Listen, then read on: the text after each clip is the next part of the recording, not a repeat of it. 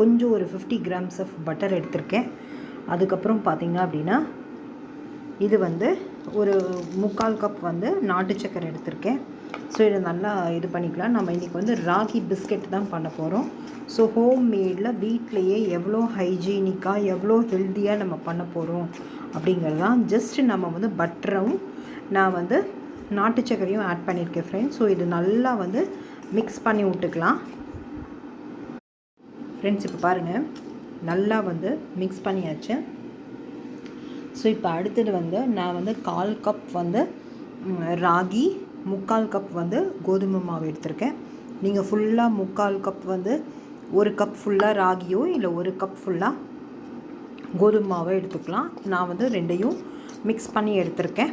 So இதை நல்லா கலந்து விட்டுலாம் ஃப்ரெண்ட்ஸ்.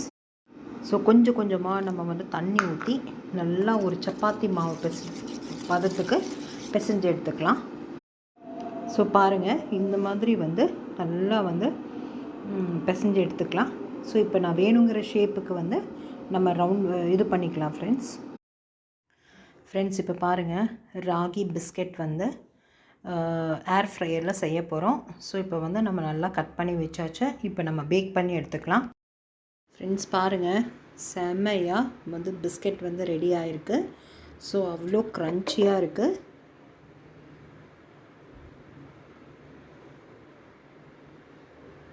இந்த வீடியோ பிடிச்சிருந்தா லைக் பண்ணுங்கள், ஷேர் பண்ணுங்கள், கமெண்ட் பண்ணுங்கள். மறக்காமல் சேனலை சப்ஸ்கிரைப் பண்ணிக்கோங்க. தேங்க்யூ.